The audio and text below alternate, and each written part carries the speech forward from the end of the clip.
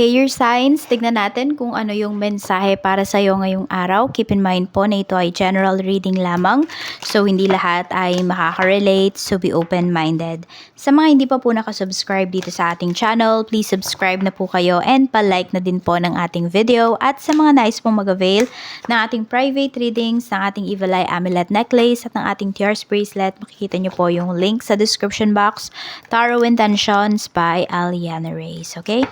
Tingnan natin kung ano ang mensahe para sa'yo ngayong araw. By the way, kung interested po kayo sa ating Tears Bracelet at ang ating Evil Eye Amulet Necklace, para saan nga ba yan? Pangpaswerte po yan sa love life, sa career, sa business. Kung gusto nyo ma-promote, may mga nag-aayos ng visa dito, ng travel po ninyo para matuloy siya, para walang hadlang. Ayan po, perfect po yan para sa inyo. Pangontra din po yan sa kulam, sa barang, sa sumpa, sa mga nag-i-evil eye sa inyo, sa mga nainggit. Pwede rin po kayo mag-wish at pangontra din po yan sa aksidente. So, ayan, kung interested po kayo, message nyo po ako directly sa ating Facebook page and open po tayo for international shipping. Again, ano po tayo ha? Payment first policy. So, if you have 100% tiwala sa akin, you go. If not, okay lang po, wala po tayong pilitan. Kasi nakaset din yan sa may 100% lamang na tiwala sa akin. Sa kanila lang mapupunta yung ating mga Evil Eye, Amulet, and ang ating Tears Bracelet. Kaya no hard feelings naman. Kahit magtanong kayo, tapos nagsisi na lang yung iba, okay lang. We have Shine. Ayan. Your light irritates their demons. Pero parang humihina yung light ninyo dito, air signs. Pwedeng yung protection ninyo, bumababa siya.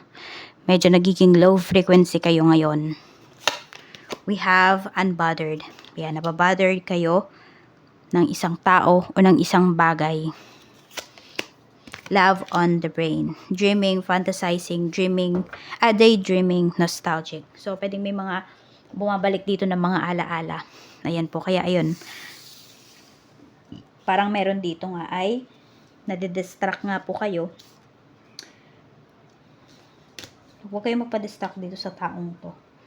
Okay, lalo na kung hindi naman talaga worth, no?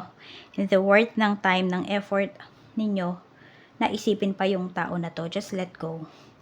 Hayaan mo na yung tao na to ay mabaliw, kakaisip kung ano na bang nangyayari sa buhay mo. Tignan natin. Pwede kasi baliktad, energy ng tao na curious sa'yo eh. Yung nababother sa mga ginagawa mo. Pwede hindi mo energy yan. We have fluttering heart. Your passion leads you to the love you desire. Ayan po. So, meron tao dito. Siguro ito yung tao na nakapanakit sa'yo. Okay?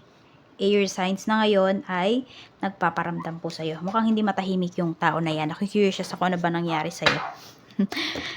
Ayan. So, yun. Yung iba po sa inyo, if naka-move on na kayo dito, ayan po, matatagpuan nyo na daw yung taong para sa inyo talaga. Or yung bagay na magpapasaya sa inyo. Hindi lang sa puso nyo, pati sa soul ninyo at sa bulsa po ninyo. Tignan natin. So, you need to focus more on yourself. Yan. Mas kilalanin mo yung sarili mo kaysa makipagkilala sa ibang tao. Yan yung sinasabi sa universe as of this time. Check natin ano pa yung mensahe para sa'yo. Ano pa po ang mensahe natin, Spirit Guide? Okay. We have Merak, embrace oneness with the universe. Okay, marami ba kayong mga wini-wish, mina-manifest kay universe? So, alam nyo, yung iba sa inyo, nandun na kayo sa path na yon. Kaya lang pinagdududahan po ninyo. Kasi feeling nyo, ba't ganon? Pinapahirapan ako ni universe. Baka kasi, yung wini-wish mo, yung minanifest mo, ay napakalaki din. Okay? So, expect nyo na po na kapag malaki yung wini-wish ninyo, yung dream ninyo, medyo mahirap din yung pagdadaanan ninyo. So, kailangan nyo pong magtiwala dito kay universe. Kailangan nyo magtiwala. You need to have faith sa winish ninyo, sa minanifest po ninyo. Kailangan nyo din kumilos. Diba? Sabi nga, kailangan nyo mag-step forward. Kailangan nyo itapak yung mga paa nyo dyan. Kailangan nyo damhin kung ano man itong mga kailangan ninyong pagdaanan. Kasi mas masarap, mas masarap sa pakiramdam, no? Pag andyan na yung tagumpay na alam ninyong pinaghirapan po ninyo. We have Hex, be still and allow the enemy to reveal themselves. Ayan, may mga lumalapit talaga sa iyo dito. May mga tao na nagpaparamdam sa'yo. Yung mga tao na yan, hindi yan concerned sa'yo. Gusto lang nilang malaman kung ano ba nangyayari sa life mo. At, yun nga, guguluhin nila yung kaisipan mo. Mga enemy yan. Yan po. Yung iba na dito, pwedeng may narinig kayong balita about ganito. Ginugulo lang po niyan yung isipan nyo. So, wag nyo nang pansinin. Sabi ko nga, if alam mo na hindi worth yung time mo, wag mo nang pansinin. Do not entertain. Phenomenon. Be still and listen to the spirits. Ayan. Di ko alam kung may bukas pa yung third eye ng karamihan sa inyo. So, ayan po, pwedeng meron dito, no? Meron talaga dito, spirit na tutulungan ka. Meron din man ditong spirit na hihingi ng tulong sa'yo. So, pwede rin, this could be your spirit guides. Ayan po, malakas sila ngayon. Pwedeng pinoprotektahan ka talaga nila kasi ikaw mismo, bumababa yung frequency mo. Tingnan natin, ano pa yung mensahe. Spirit guide, mensahe natin pagdating naman po sa trabaho. Kamusta po ang trabaho ni air signs? We have Knight of Swords. Ano ba to? Late ba kayo? Air signs sa trabaho ngayon. So, pasensya na po kayo, nandiyan yung pusa, ano? Si Demi. Mukhang may kaaway kayo dito pagdating sa work. Siguro hindi to kaaway na personal na kaaway, ha? Pero parang nagmamadali kayo dito pagdating sa trabaho. So, pwedeng may goal kayo dito. Meron kayong hinahabol na oras ngayong araw. Ayan po. Tapos parang may ano dito, competition pagdating sa work. A healthy competition naman po yung pinapakita dito. Pagdating naman sa sa negosyo, kamusta? Uy, ang ganda ng negosyo. Parang kanino lang ba medyo hindi maganda yung yung energy kay fire signs yata, medyo hindi maganda yung energy ng business niya, ganyan. Pero earth signs, water signs, tsaka kayo air signs, maganda. Yan Seven of Pentacles. Mukhang meron na ditong mga it's either kung may utang man yung business mo, makakabayad ka na sa utang, or kung may mga utang dyan, may mga utang sa business mo, makakabayad na sila. Yan. Kaya lang kasi, kailangan nyo talagang i-address. Huwag nyo hahayaan hayaan ko na lang kung kailan siya magbabayad. Hindi po ganun. Kung kailangan nyo pong maningil po kayo. Kasi may mga tao talaga makakapalang muka. Na akala nila pag hindi mo sila siningil, wala na yon, 'di ba? Hindi nila alam, pinaghirapan mo yung pera na yon, air signs. Kaya ayan po, maningil kayo dito. Tapos ito din, di ko alam kung meron pa kayong ibang investments, pero may nag-grow kasi dito pagdating dito sa business ninyo. Ayan po. Or baka meron kayong pinapagawa dito. Sabihin natin yung iba sa inyo, ang business niyo is rental apartment, ganyan. Or rent ng kotse. Diba? Rent a car, ganyan. So, ang mangyayari, pwedeng makabili po kayo ng another unit. Tipong ganon. So, magdadagdag pala kayo dito. Some of you, mag-expand kayo ng business. Check po natin pagdating naman sa kaperahan. Sa kaperahan, ayan, tuloy-tuloy po. Kasi tuloy-tuloy naman yung trabaho nyo dito. Tuloy-tuloy po ang pagpasok ng pera. Ayun. So, hindi lang pala isa, yung pinagkakaabalahan ninyo. Hindi lang isa yung source of income ninyo. Pwedeng dalawa yan, air signs. Or maging dalawa. Pwede nga maging dalawa yung source of income ninyo. So, maganda po ang pinapakita dito.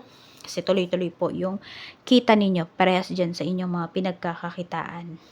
So, hindi ka masisiro, ibig sabihin. Check natin pagdating naman sa mga single. Sa mga single, we have the Chariot. Pwedeng meron kayo ditong, parang pwedeng merong malink sa inyo dito na it's either balikbayan, OFW, pero alam mo, pwedeng sa committed relationship na yung tao na yan. Sabihin natin, meron siyang karelasyon. So, medyo mag-iingat ka kasi baka sandali mo lang makilala yung taong to, tas ma-fall ka talaga.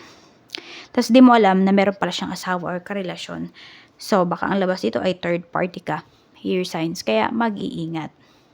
Kilalanin mo kung sino man yung tao na makaka-deal mo. Kamusta naman po ang mga in a relationship?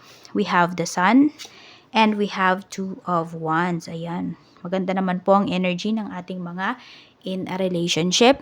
May plano kayo ng person mo pagdating sa relationship ninyo. At ayan, yung same kayo ng goals. Ayan po. Nagkakaintindihan talaga kayo.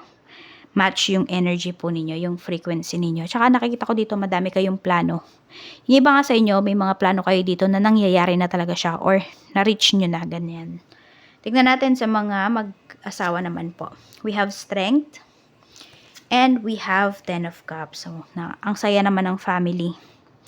Ayan po kasi nagkakasundo, kontento, fulfilled po kayo. So, alam niyo yun, masabi niyo talaga na ang swerte niyo sa asawa niyo at swerte din yung asawa niyo sa inyo. Ganun yung nararamdaman po ninyong mag-asawa. Pagdating dito sa inyong relationship ngayon. Parang wala kayo masyadong iniisip na problema. Yes, the problem is there, pero hindi kayo nagpapadala dun sa problema po ninyo. Kasi alam niyo na every problem ay may solusyon. So, yan lang po yung mensahe para sa'yo. Air signs, maraming salamat. Ingat po kayo always and more blessings to come.